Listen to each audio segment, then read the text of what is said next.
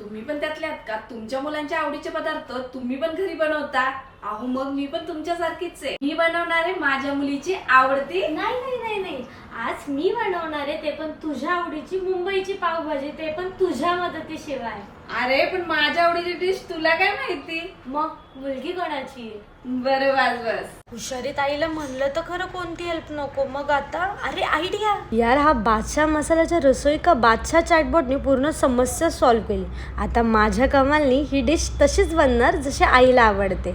आता पावभाजी म्हणतात तर मुंबई स्टाईलनी हवीच ना, तर बादशाह पावभाजी मसाला ते ऑथेंटिक आणि अस्सल मुंबई स्टाईल पावभाजीची टेस्ट देतो. अरे वा, वास तर एकदम छान सुटलाय. टेस्ट करून बघ ना.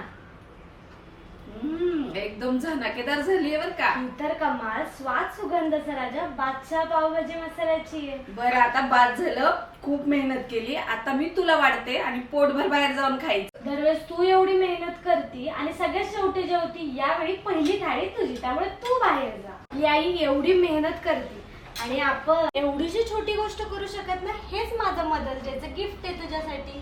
पावभाजी तर अशीच असावी, पण मी तर तुला शिकवली नाही, मग तू शिकलीस कुठून? हीच तर गंमत आहे. इथं कोणती रेसिपी भेटती 1 मिनिटात. मी तर माझ्या आईला खुश केलं.